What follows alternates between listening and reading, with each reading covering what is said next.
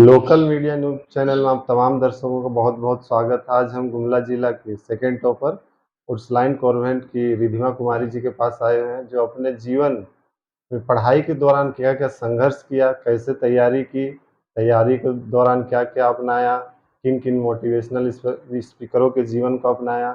इन सभी बातों को आज रिधिमा कुमारी हमारे समक्ष रखेंगी, जिससे बहुत सारे विद्यार्थी हमारे ज़िले के प्रेरित होंगे और आने वाला समय में हमारा ज़िला निश्चित रूप से बहुत अच्छा कार्य करेगा।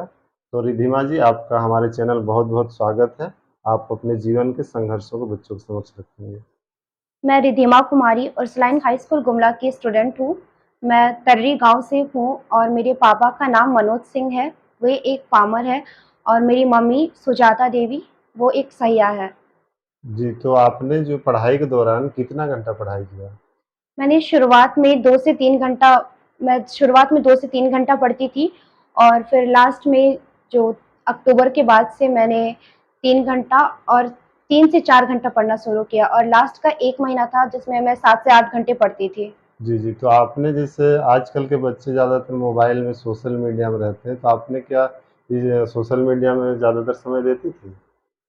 शुरुआत में तो मैं सोशल मीडिया में बहुत ज़्यादा समय देती थी और मैं इंस्टाग्राम भी चलाती थी, लेकिन फिर बाद में मेरी एक स्कूल की टीचर थी, उन्होंने मुझे बताया और फिर समझाया कि अभी ये सब नहीं करना है, तो इसी के लिए जब मैं उस टाइम इंस्टाग्राम को डिलीट कर दी और फिर उसके बाद में पढ़ाई में मेरा मन बहुत अच्छा से लगने लगा और फिर ज़्यादा टाइम भी मिलता था प्रैक्टिस करने के लिए। जी, जी। मैंने सुना है कि आपकी टीचर ने कहा था कि सोशल मीडिया से दूर रहेंगी तो एक दिन ऐसा समय आएगा जो कि आपके यहाँ मतलब बहुत सारे लोग आएँगे और आपको सोशल मीडिया पर खोज डाला जाएगा। क्या ये चीज़ बोली थी? हाँ, मिस रश्मि थी जो ये बात बोली थी मुझे। अच्छा। तो आपने जो पढ़ाई किया, पढ़ाई के दौरान क्या-क्या आपके समक्ष समस्याएँ आई होंगी?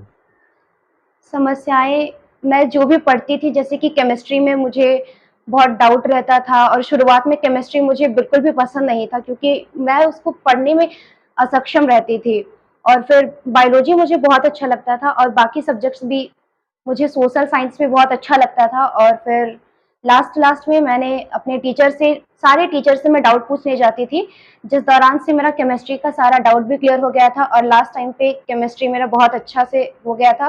साथ ही साइंस और बाकी सब्जेक्ट्स भी जैसे कि मैथ्स, सारे सब्जेक्ट मैंने बहुत अच्छे से प्रैक्टिस कर लिया था लास्ट टाइम पे। जी, जी। और आपके जीवन में जैसे कोई मोटिवेशनल स्पीकर रहे होंगे या तो माता-पिता या कोई ऐसे रहे होंगे जो कहीं न कहीं प्रेरणा दिए होंगे, तो आप उसके विषय में कुछ बता पाएँगी?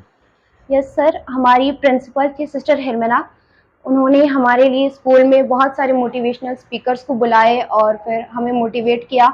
वो खुद भी असेंबली में हमें डाँटती थी और फिर डाँटने के पीछे वो हमें मोटिवेट करना चाहती थी और चैलेंज करती थी। और फिर हमारे सारे टीचर्स भी थे, मेरी क्लास टीचर थी मिस प्रिस्किला, वो भी हमें बहुत ज़्यादा मोटिवेट करती थी और अपना 10th का कहानी सुनाकर हमें मोटिवेट करती थी। और साथ ही लास्ट टाइम पे सिस्टर हिरमिरा थी, जिन्होंने हमें लास्ट में चैलेंज किया था कि आज तक उर्सुलाइन से अभी फ़िलहाल में उर्सुलाइन से कोई भी डिस्ट्रिक्ट टॉपर नहीं आया है, तो अगर तुम लोग आती हो, तुम लोग कर सकती हो, तो ये मेरे लिए बहुत बड़ी बात होगी। जी, जी। जैसे अप्रैल 2023 में ब्रह्मा कुमारी संस्थान के द्वारा डॉक्टर राजेश कुमार जी के द्वारा जो मोटिवेशनल क्लास किए गए थे, तो उससे आपको क्या क्या प्रेरणा मिली थी?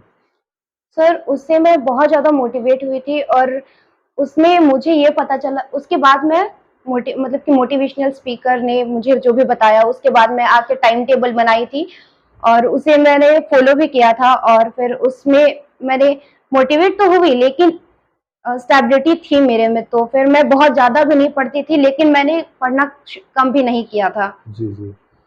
तो आप तो डिस्ट्रिक्ट टॉपर किए हैं, तो आगे आप क्या बनना चाहती हैं?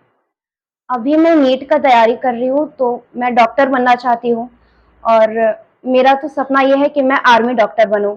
अच्छा, बहुत अच्छा आपका सपना है, देश के लिए आपने कुछ देने का प्रयास किया है। तो रिधिमा जी, आप तो डॉक्टर बनना चाहती हैं और हमारा भी प्रयास रहेगा कि आप डॉक्टर बनें। तो डॉक्टर बन के समाज के लिए आप क्या देना चाहेंगी? मैं समाज के लिए निःशुल्क गरीबों को निःशुल्क सेवा प्रदान करना चाहूँगी और अपने भारत का नाम आगे बढ़ाना चाहूँगी। साथ ही अपने स्कूल का नाम रोशन करना चाहूँगी।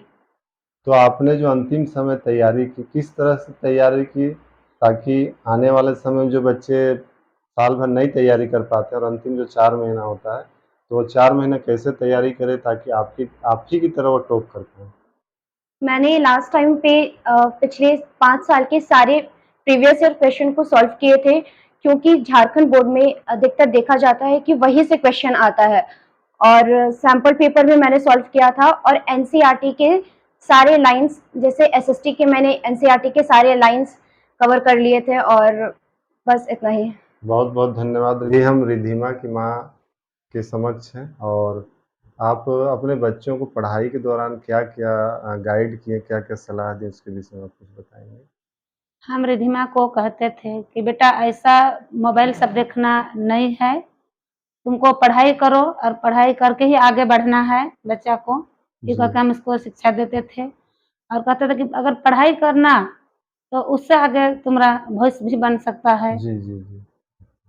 ये कहते थे और यूट्यूब में सब में देखने से तुम्हारा भविष्य खराब हो जाएगा, और इसका टीचर भी बोलती थी कि तुम अपने से फ़ोटो नहीं डालो, तुम्हारा घर खुद कोई फ़ोटो डालने वाला जाएगी। ये चीज़ इसको बहुत प्रेरित किया। प्रेरित मिला और हाँ, मेरी बच्ची वही समय से इसको छोड़ दी हाँ। यूट्यूब बनाने के लिए और जी, जी। अपने पढ़ाई में विशेष ध्यान दी। विशेष ध्यान दी। देखिए आज उसी का फल मिल रहा है कि आज बहुत सारे चैनल वाले लोग आ रहे हैं, पत्रकार लोग आ रहे हैं, तो कहीं न कहीं आपके लिए भी, रिद्धिमा के लिए बहुत बड़ी बात है, बहुत बड़ी उपलब्धि है।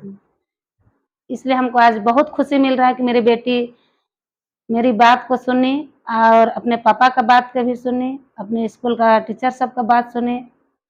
इससे हमको बहुत खुशी मिल रहा है कि ताकि हर बच्चा को ऐसा शिक्षा मिले जी, जी। और अपना मोबाइल से दूर रहे। जी, जी।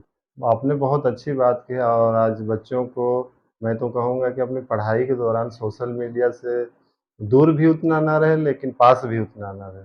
जो समय है 1 आध घंटा अगर पढ़ाई के लिए 1-2 घंटा देना चाहिए। अभिभावकों को भी इस पर विशेष ध्यान देना चाहिए क्योंकि अभिभावक है मोबाइल दे देते हैं। मोबाइल देने के बाद बच्चे कितना घंटा उस पर लगे हुए हैं, वो ध्यान नहीं देते हैं। तो इससे है कि दिमाग पर उसका बहुत गहरा प्रभाव पड़ता है और आने वाले दिन में ऐसे अगर हमारा देश मोबाइल के चंगुल में फँस जाएगा तो इससे हमारा देश का भविष्य भी बहुत बर्बाद होगा। बहुत-बहुत धन्यवाद रिद्धिमा जी और आपकी आप माताजी और पूरे परिवार को बहुत-बहुत धन्यवाद।